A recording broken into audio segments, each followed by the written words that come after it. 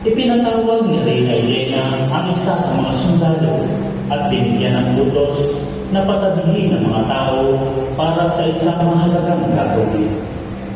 Mga kaibigan, madali. Alalayan niyo makalapit sa krus. Ang bulag na gina na sumigaw kanina lamang. Gina, ito ang iyong pangalan. Francesca po, pamahalan. Mahal na Rina, ano ang nais mong ipagawa sa akin? Francesca, nais kong hawakan mo ang bawat krus na natagpuan.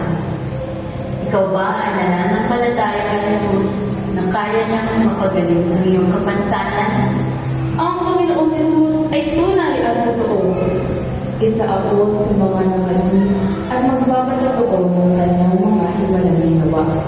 Ang Panginoon ang magpapagaling sa akin. Kung gayon, pagalingin ka nawa ng Panginoon. Nagsimulang humawak sa unang krus ng babae. Lahat ay napansin.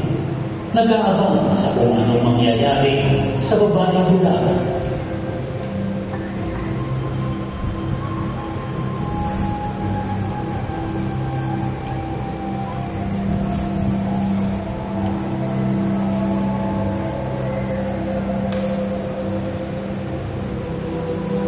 Panginoon ko, Diyos ko!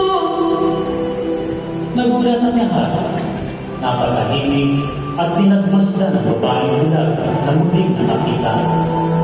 Nang masaksiyan ito ng lahat, nagmamadali silang mapuntahan ng krus upang ito ay mahawakan. Salamat, Panginoon! Salamat!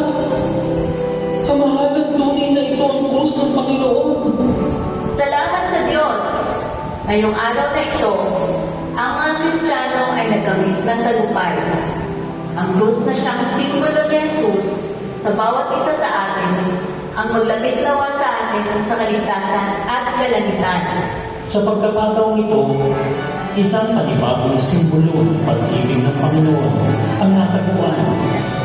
Iniuwi na Reyna Elena sa Roma ang banal na krus upang pangalagaan, at sa kasalukuyang panahon, ang mga bahagi nito ay nakalagak sa iba't ibang malalaking simbahan sa Europa.